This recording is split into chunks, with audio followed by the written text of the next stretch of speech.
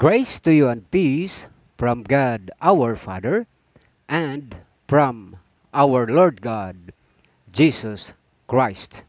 Our topic for the day we shall call Armageddon, Father and Jesus Christ with 104 million angels against 52 million demons led by Satan.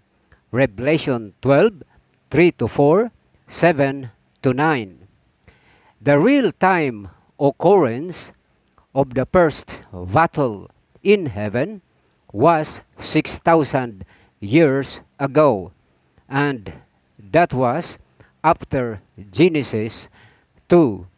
Jesus Christ, personified as Michael, for in Hebrew, Michael means who is like God, and his angels, in behalf of or in the name of God the Father, and in defense of the Father's throne, and for the sake of the entire kingdom of God in the third heaven, thrown out into earth, the 52 million demons spearheaded by Satan. Their number comprises the third part of the 156 million total number of angels. This number is so accurate, for it is expressed in Revelation 5:11 that the number of angels who worshipped the Father and Jesus Christ in one and same time are 10,000 times 10,000 plus 2,000 times 2,000.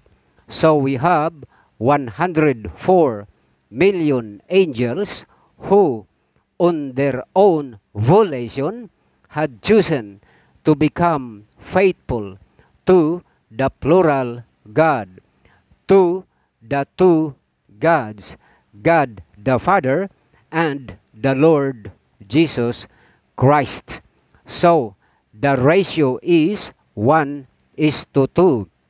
For every demon, 2 angels will topple him down. Oh, what a genius expression of a mathematical theology! For the theological battle is a battle between the two gods versus one God, an impostor God. Ezekiel 28:2, Isaiah 14:12 to 15, 2 Corinthians 4:3 to 4, Matthew 4:8 to 9, Luke 4:5 to 7. A battle of the Father and Jesus Christ against Satan, the God of the one world religion, under the one world government, which will be participated in by all monotheistic countries and the entire Christendom, Catholics, Orthodox churches, Protestants.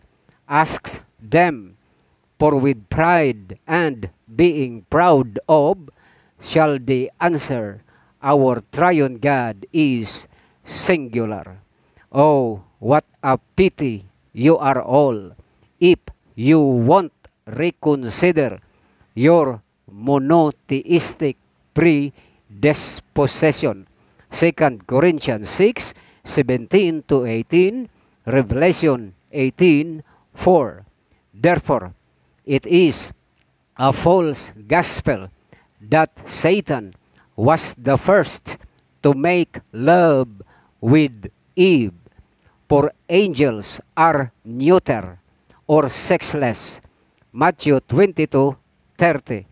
Hence, they neither possess XY nor XX chromosomes for them to multiply themselves or crossbred with humans or animals. Compare Leviticus 20:15 to 16. When Jesus Christ profiled Satan in John 8:44, there was no mention that Satan had sexually assaulted Eve. What we have are the following: that aside from his failure to dethrone the Father, for it cannot be that a created being as was Satan could able to defeat Jesus Christ, which is uncreated.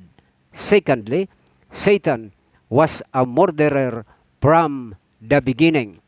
So Satan's first kill was Adam, and that was all that Satan needed to bring death to all of humanity. Romans 5:12.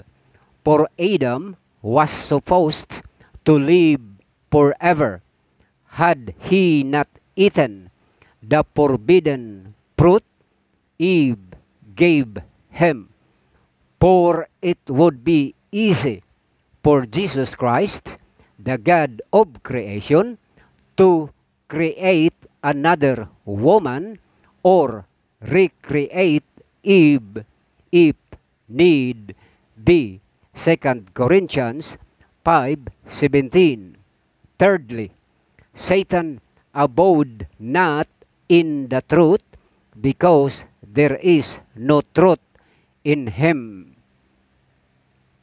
Meaning that as Satan had established himself into Judaism religion, Matthew 21:33 to 44, monotheism became full-blown, not knowing that it was the authorship of Satan, the devil, which is why that Jesus Christ was so frank in exposing the Jews that their father is the devil, who supplanted them with monotheistic theology as their primary doctrine. Otherwise, had God the Father, the Lord of heaven and earth, Matthew 11:25, been their God, then they would have accepted the preaching of Jesus Christ that there are two gods, namely Christ and the living God, and would not have crucified the innocent Jesus Christ. Similarly, the Blasphemy Act 1697 of the Parliament of England in 1650 by Queen Elizabeth, that to deny the Holy Trinity or to claim that there is more than one God is a crime. Such a religious act by a political authority is a precursor to the one world religion, an infallible evidence of Christendom's ratification of the Jews' condemnation of Jesus Christ for blasphemy. Matthew 26:63 to 67. So, if Yahweh's incarnation in the person of Jesus Christ be done today instead of 2,000 years ago, without doubt, all of Christendom, and along with the Jewish religion and all monotheistic countries and the rest of the world, will concertedly put to death Jesus Christ, for Jesus Christ will certainly and bravely preach the same gospel as he did before, that there are two gods, God the Father and the Lord Jesus Christ.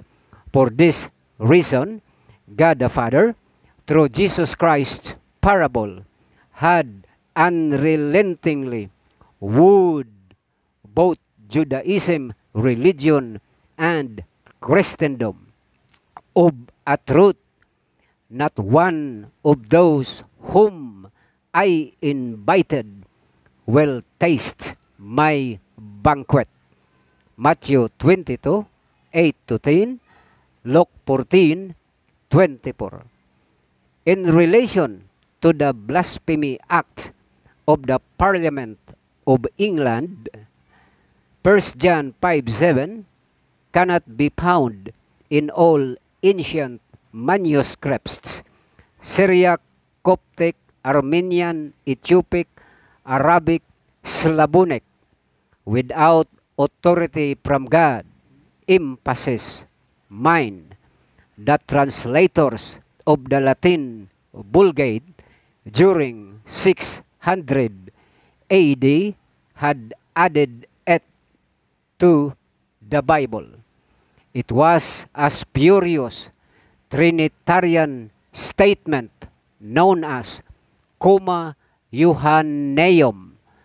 Google it, and there you'll find it. In short, your triune God is not the gospel of Jesus Christ and the apostles, but a false gospel of the Latin Vulgate adopted by Christendom since 600 AD.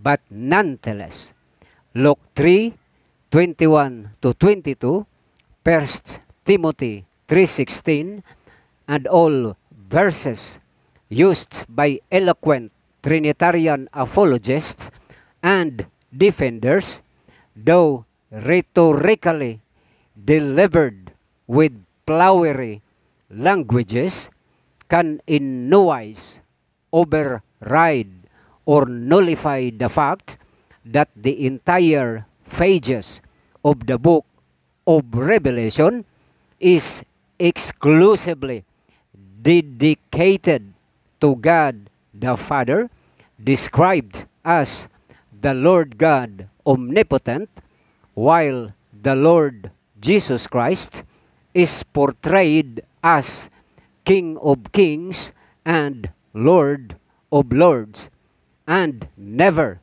does it mention that the Holy Spirit has also vested himself of any preeminence whatsoever to justify Christendom's fanciful imagination embodied in their Holy Trinity. Likewise, if monotheism is right, that there is only one God, then it should have been that the throne occupied by God the Father should have been an empty chair to justify the singularity of God. For it is evident that while Jesus Christ is executing the wrath of God on earth, at the same time all creatures of heaven and earth are seeing God the Father sitting on his throne, witnessing all happenings. And since your singular triune God is nowhere to be found in all areas of the new heaven and earth, without controversy, in hell only can he certainly be found, and thereat he will be imprisoned and tormented eternally. Lastly, when Satan speaks a lie, that's his nature, for he is a liar and the father of lies.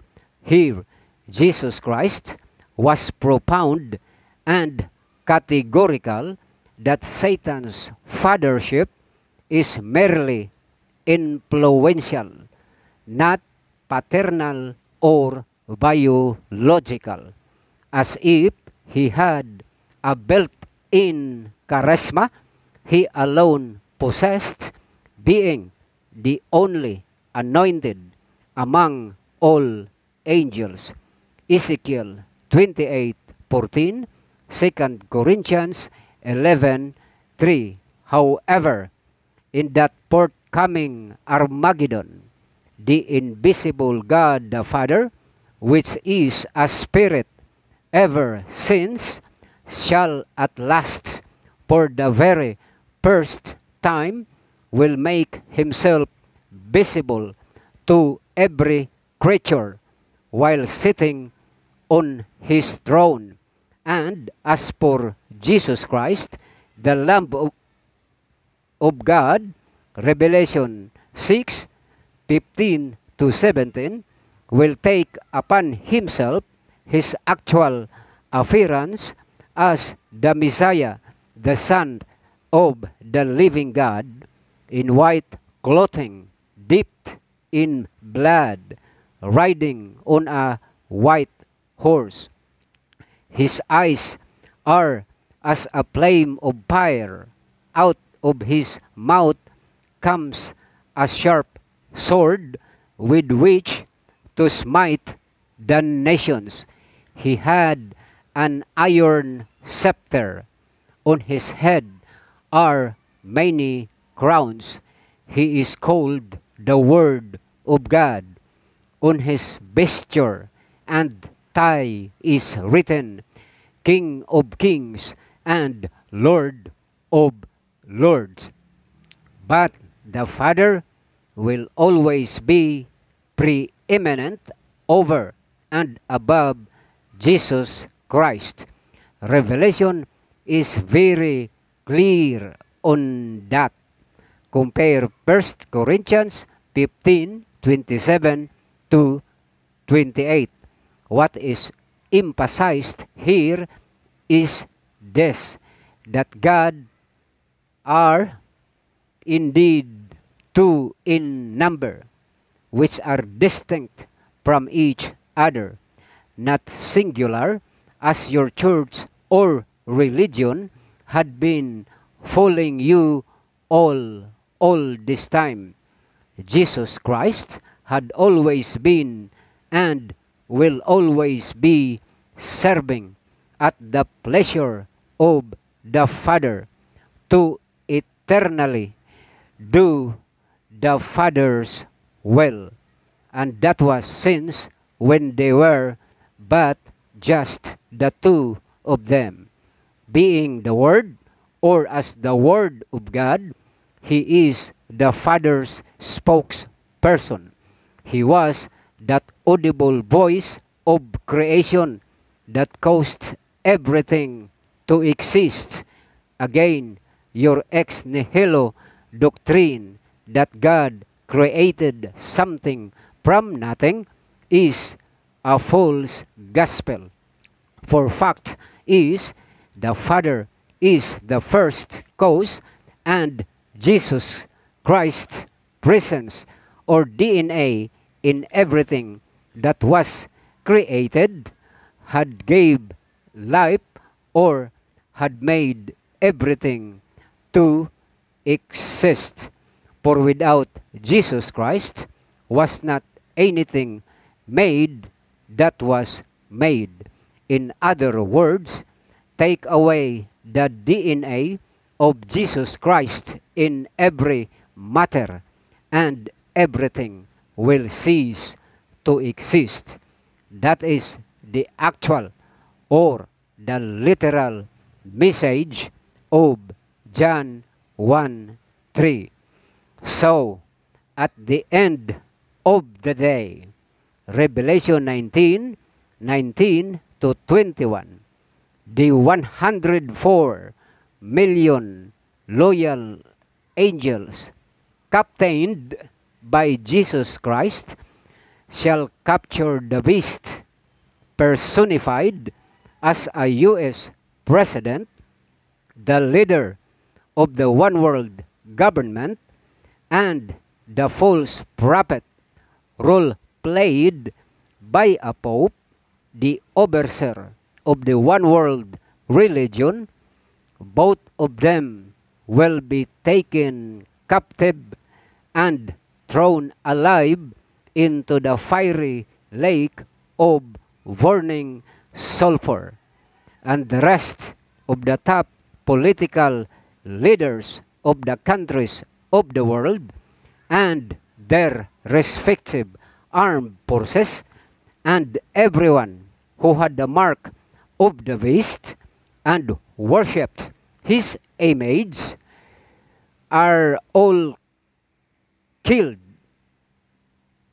by the sword coming out from the mouth of Jesus Christ, and their dead bodies became as food for all birds. This is how dreadful and tragic the Armageddon is, and the only way to escape it is to abandon your oneness or monotheistic or Trinitarian predisposition and acknowledge that there are two gods, God the Father and Jesus Christ, without which you have no place in heaven. Like, share, subscribe, get notified, for only through this blog that the gospel of Jesus Christ, Matthew 24:14, is preached and discussed. Yours truly, God's workman. God bless.